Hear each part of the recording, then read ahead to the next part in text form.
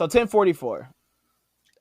Is this the biggest One Piece reveal So yet? far, yes. So far, I would say so. Because and I want to talk about it in relation to when we get to one of the things in bottom four, and why I think it's so important, because not only because of the Joy Boy thing that we learned about for 10 years, but like it reaches all the way back to literally chapter one. Like we get the full explanation of Luffy's devil fruit itself. Like it's not just a gum gum fruit; it is a human fruit, model sun god Nika. And it's kind of funny when you think about, like, we just learned about Nika within the last 20 to 30 chapters or so. Like when we had the guy named Who's Who talk about he was fighting against Shanks and he stole the devil fruit, and he when he was in prison he heard about the sun god, and we know about Joy Boy and all of these things tying together to Luffy being Joy Boy.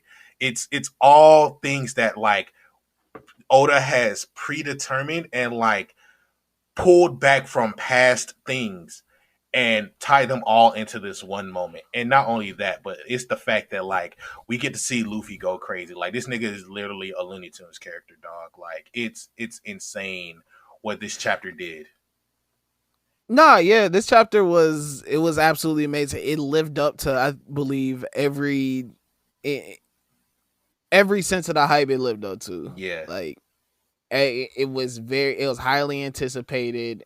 Obviously, a legit a decade old question gets answered. We really figure out the source of Luffy's powers, and now you like, especially when you go back and look at a lot of other things that when you look back at the complete journey now and where they have had gone to get to this point, you kind of got to see things from a different context and a different lens, especially when you're talking about like Skypiea and all that. Mm-hmm. Like it's a whole different yeah, you see it from a whole different angle, a whole different viewpoint. I mean, obviously the theories and the um you know All the have been going crazy. speculation. Yeah, speculation. My bad. My brain is moving on slow mo.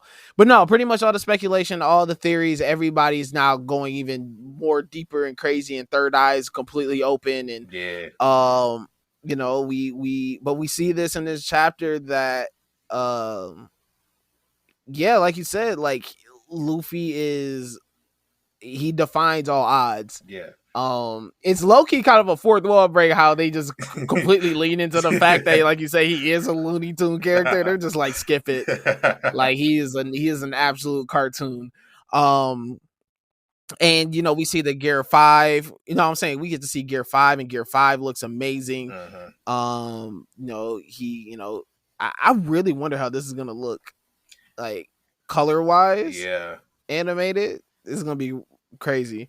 But yeah, nah, we like I love how they jump right back into the action too, of Yeah. just like him just grabbing Kaido and just swinging Kaido while he's in his dragon form just around. And so it's yeah, it's this chapter is so ridiculous. Like you said, I think just the Looney Tune thing is just perfect. Like it's just ridiculous. It just seems like a bunch of antics and gags and a bunch of like Tom and Jerry type shit. But Yeah.